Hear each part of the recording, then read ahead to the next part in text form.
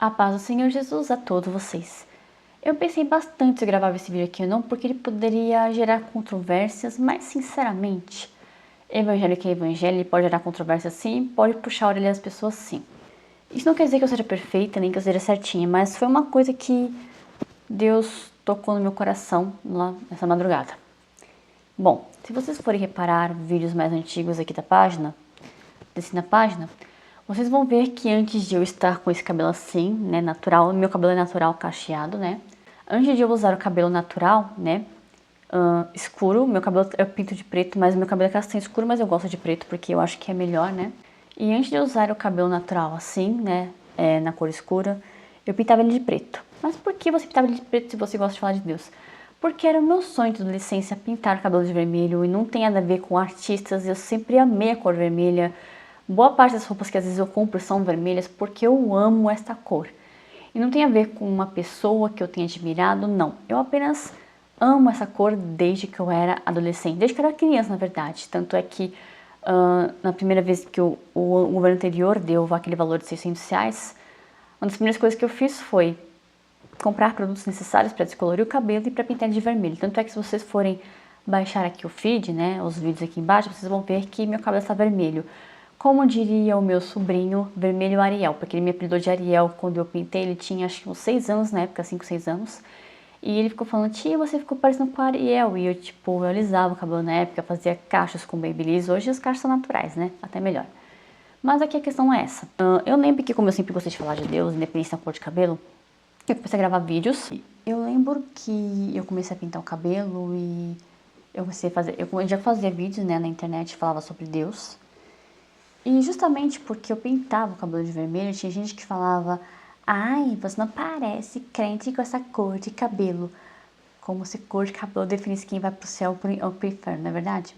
As pessoas parecem que não leem a Bíblia hoje em dia, né? Mas por que isso aqui pra falar da cor de cabelo? Porque não é sobre mim esse vídeo, é sobre pessoas que não abrem a Bíblia. É o tipo de pessoa que diz, por exemplo, que dançar para Deus é pecado. Sim, eu já ouvi isso muitas vezes, já li isso muitas vezes, que dizem que, ai, dançar é pecado. É claro, você ficar rebolando não é uma coisa que é aprazível para Deus, mas dançar para Deus, de acordo com a música, com o louvor que está sendo cantado, não tem problema nenhum, porque inclusive o próprio Davi dançou e ele foi um homem segundo o coração de Deus, apesar dos erros que ele cometeu, então não tem problema nenhum. Inclusive, em alguns versículos da Bíblia, o Senhor fala que para ele dá prazer ver as pessoas dançando para ele, com instrumentos específicos para louvores, certo? E lembrando que todas as coisas foram feitas por Deus. Até mesmo aquilo que o ser humano tem aparentemente a ideia de criar, foi dada a ideia por Deus para ele criar aquele instrumento, aquela música, aquele louvor. A única coisa que o diabo fez foi a mentira. Então não adianta você dizer que isso, aquilo, aquela música ou isso, aquilo é do diabo, porque a única coisa que pertence ao diabo é a mentira. Então, ok, vamos lá. Por que eu vim aqui para falar de cor de cabelo? Porque, primeiramente, as pessoas eram muito bitoladas em falar que, esse cabelo, né, cor de cabelo de cristão.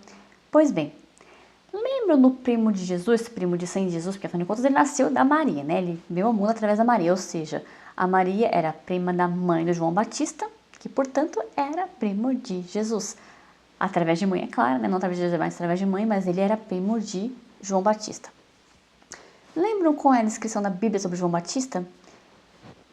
Eu peguei aqui os trechinhos, eu vou separar, não é com versículos, mas depois vocês podem procurar os versículos equivalentes e vocês podem se certificar. Vocês sabem, né? Cristão vai conhecer a história de João Batista. Foi um profeta que anunciou a vida do Messias e a salvação que ele traria. O precursor de Jesus que preparou o caminho para ele. Lembrem-se, João Batista nasceu primeiro que Jesus, então ele foi preparando o caminho. Ele foi se preparando desde jovenzinho e foi preparando o caminho para Jesus. Logo depois dele, os discípulos, inclusive alguns dos discípulos que seguiam ele, foram os discípulos que posteriormente se tornariam apóstolos de Cristo. Um pregador judeu que batizava os que se arrependiam no Rio Jordão, que inclusive existe até hoje. Um homem humilde, obediente e fiel à verdade. Uma das coisas que eu mais gostava nele é que ele falava as coisas na cara dura para todos os políticos, não estava nem aí se os políticos gostavam dele ou não. Um expoente da ascese, um estilo de vida que se baseia na oração e penitência. Um homem que viveu uma vida ascética no deserto, ele vivia no deserto. Já não era uma coisa muito comum naquela época a pessoa viver no deserto, né? Tipo, deserto, não um deserto, tipo, aquele que é onde as pessoas viviam, com casinhas, não. Era um deserto puro mesmo, debaixo do sol escaldante, basicamente. Com uma dieta de gafanhotos e mel silvestre e vestes de pelos de camelo. Não sei se vocês sabem, mas há falácias lá por onde João Batista andou que diziam os antigos, as pessoas que viram João Batista, que foram passando essas palavras à frente, que João Batista era... tinha as pessoas que ouviam ele pregar, João Batista era meio que conhecido como o esquisitão, o antissocial, que não se misturava com as pessoas, que não andava com as pessoas, ele só estava no meio do povo quando era para levar a palavra de Deus, quando era para pregar. Ele não se misturava com as pessoas, não falava muito com as pessoas, ele ficava na dele, se vestia de uma forma que seria hoje em dia o equivalente ao mendigo, ou mendigo, ou mendigo.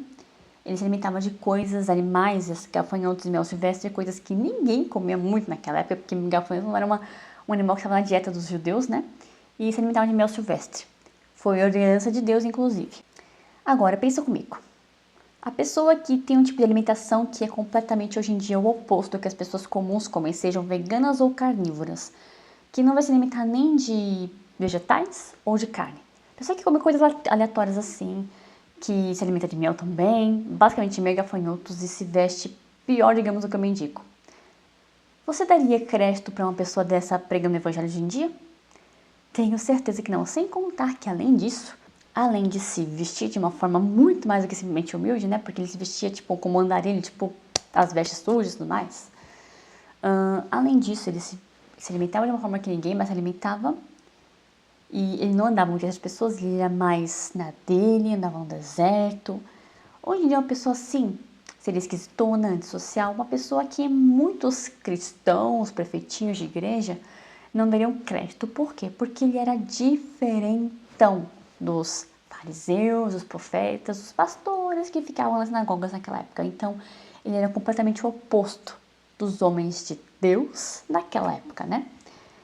No entanto, Jesus disse que inclusive ele usava tipo cabelão grande, provavelmente uma barba muito grande, porque provavelmente não fazia muita barba. Mas Jesus chamou de ele como muito mais do que um profeta. Ou seja, naquela época, aos olhos dos cristãos, dos crentes que julgavam perfeitinhos, João Batista era um esquisito, que não era de Deus, que falava, metia a mão na cara dos políticos, que não tinha medo de falar a verdade sobre nenhum deles.